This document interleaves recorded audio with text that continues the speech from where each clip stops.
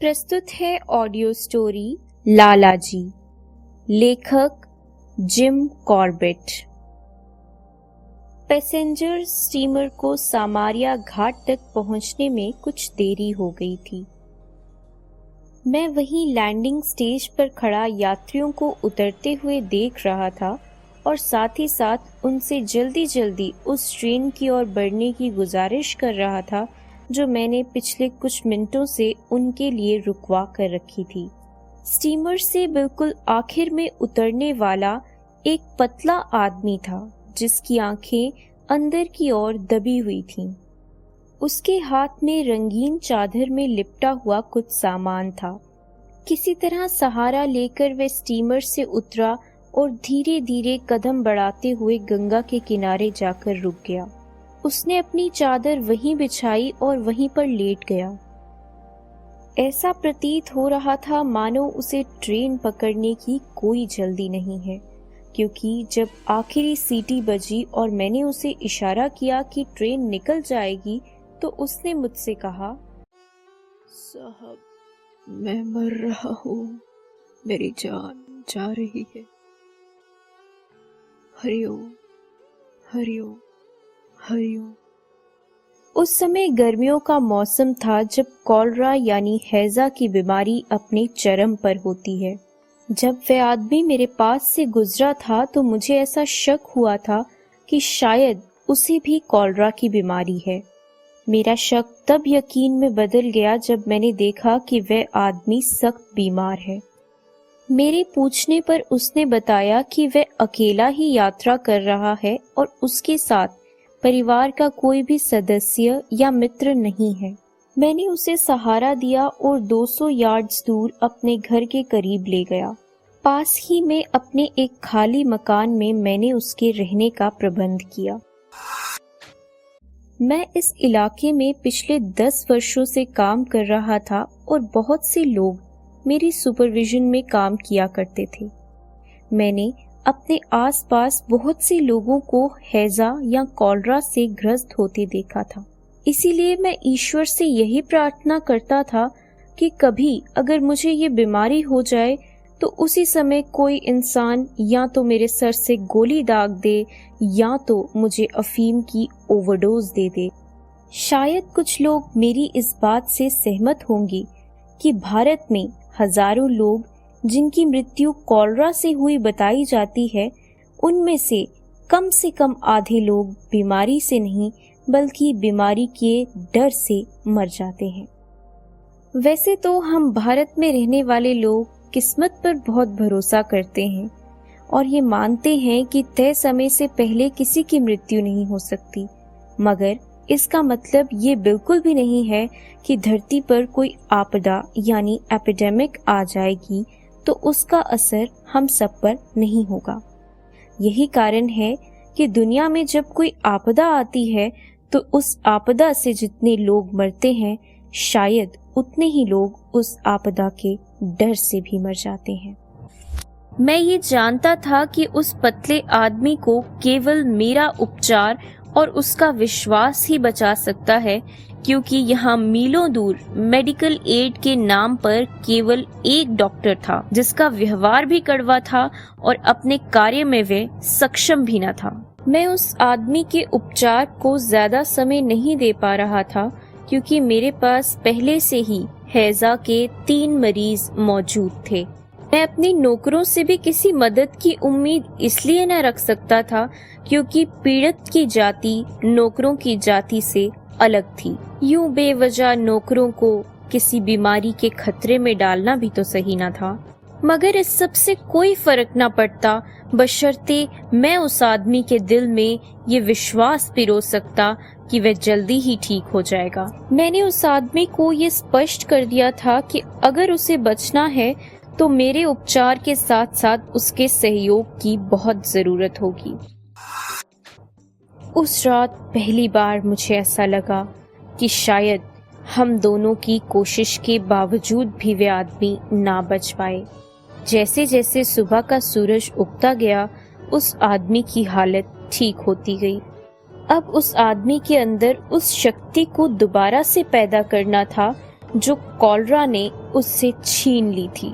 उस आदमी की हालत में सुधार होता रहा और हफ्ते के अंत में वह अपनी कहानी मुझे बताने के काबिल हो गया। उसने बताया कि एक समय वह लाला यानी एक व्यापारी था। उसका दानों का फलता फूलता व्यापार था, मगर एक बार उसने एक अनजान आदमी को काम पर रखने की गलती कर दी। कुछ सालों तक तो उसका व्यापार अच्छा चला, मगर एक बार जब वह लंबी यात्रा से लौटकर वापस आया तो उसने देखा कि उसकी दुकान खाली हो चुकी है और वह आदमी वहां से भाग चुका है। जो थोड़ा पैसा उसके पास बचा था वह तो केवल कर्जे चुकाने में ही लग गया। पैसे की कमी के कारण उसने एक व्यापारी के यहाँ नौकरी ले ली, जिसके साथ एक जमाने में वह व्यापार किया करता था। उस व्यापारी के पास वह पिछले 10 साल से 7 रुपए पर माह की तनख्वाह से काम कर रहा था। वह पैसा सिर्फ इतना था कि वह अपना और अपने बेटे का पेट पाल सकता। व्यापार खत्म होने के कुछ ही दिनों बाद उसकी बीवी की भी मृत्यु हो गई थी। उसने बताया कि वह अपने मालिक के काम से इस वक्त मुजफ्फरपुर से गया की यात्रा में था। बीच में ही उसे कॉलरा की बीमारी हो गई और वह बुरी तरह बीमार हो गया। किसी तरह हिम्मत जुटा के वह गंगा के किनारे पहुंचा ताकि वह पवित्र गंगा के किनारे अपने प्राण त्याग सके। उसके बाद 1 महीने तक लाला जी मेरे पास रहे। एक दिन सुबह की सैर के समय लाला जी ने मुझसे गया जाने की परमिशन मांगी। फिर मैंने उनसे पूछा, लाला जी, अपने मालिक के पास वापस लौटने पर अगर आपने यह पाया कि उसने आपकी जगह किसी और को नौकरी दे दी है तो आप क्या करेंगे? उन्होंने जवाब दिया, बस साहब, क्या कर सकते हैं, नई नौकरी ढूंढेंगे। लाला जी, आप अपना व्यापार दोबारा शुरू करने की क्यों नहीं सोचते? मैंने उत्साहपूर्वक पूछा। उन्होंने जवाब दिया, कारोबार दोबारा शुरू करने और अपने बच्चे को अच्छी शिक्षा देने का ख्वाब तो मैं दिन रात देखता हूँ साहब, मगर 7 रुपए पर माह कमाने वाले पर कौन यकीन करेगा, वो भी तब जब मेरे पास नौकरी करने वाले की नौकरी भी सुरक्षित न होगी। अपने कारोबार को दोबारा शुरू करने के लिए मुझे कम से कम भी 500 रुपए की ज़रूरत होगी और उसका इंतज़ाम कर पाना तो मुश्किल ही नहीं, नामुमकिन भी है। गया को जाने वाली ट्रेन यहाँ से लगभग 8 बजे के करीब निकला करती थी। जब मैं 7 बजे के करीब काम से वापस लौटा तो मैंने लाला जी को साफ कपड़ों में तैयार हुए बरामदे में पाया। निकलते समय उन्हें मैंने गया के लिए टिकट और साथ ही साथ 100 रुपए के 5 नोट भी थमा दिए। उनकी आंखें मेरे लिए कृतज्ञता के भावों से भर चुकी थीं। वे निशब्द यानी स्पीचलेस थे। वे बार बार कभी नोटों की तरफ तो कभी मेरे चेहरे पर देखे जा रहे थे। जब ट्रेन पर चढ़ने का वक्त हुआ तो उन्होंने मेरे पैरों को छूकर मुझसे कहा, आपका ये गुलाम 1 साल में आपको आपके ये पैसे सूद समेत लौटा देगा। फिर मेरी कमाई का एक बड़ा हिस्सा लेकर लाला जी मुझे छोड़कर चले गए। हालांकि मुझे इस बात में कोई शक न था कि लाला जी से मेरी मुलाकात दोबारा जरूर होगी, क्योंकि भारत का गरीब एहसान फरामोश न था। मगर मुझे इस बात का भी पूरा यकीन था कि लाला जी अपने वादे पर खरे न उतर पाएंगे। इतनी बड़ी कीमत इतने कम समय में लौटा पाना चाहकर भी उनके बस में न था। मगर मुझे खुशी है कि मैं इस चीज में गलत निकला। एक शाम जब मैं देरी से घर लौटा तो मैंने अपने घर में सफेद कपड़ों में एक आदमी को पाया। शुरू में मैं उसे पहचान न पाया, पर बात करने पर पता चला कि वह लाला जी हैं। वह तय समय से कुछ दिनों पहले ही मेरे घर लौट आए थे।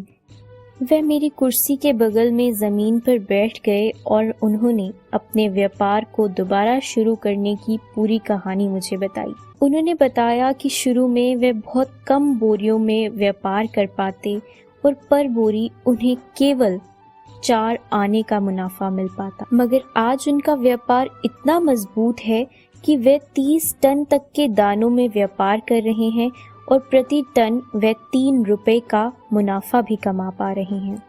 आज उनका बेटा एक अच्छे स्कूल में शिक्षा ले रहा है और उन्होंने पटना के एक अमीर व्यापारी की बेटी से दूसरी शादी भी कर ली है। जब लाला जी के लौटने का वक्त हुआ तो उन्होंने मेरे हाथों में 100 रुपए के 5 नोट थमा दिए।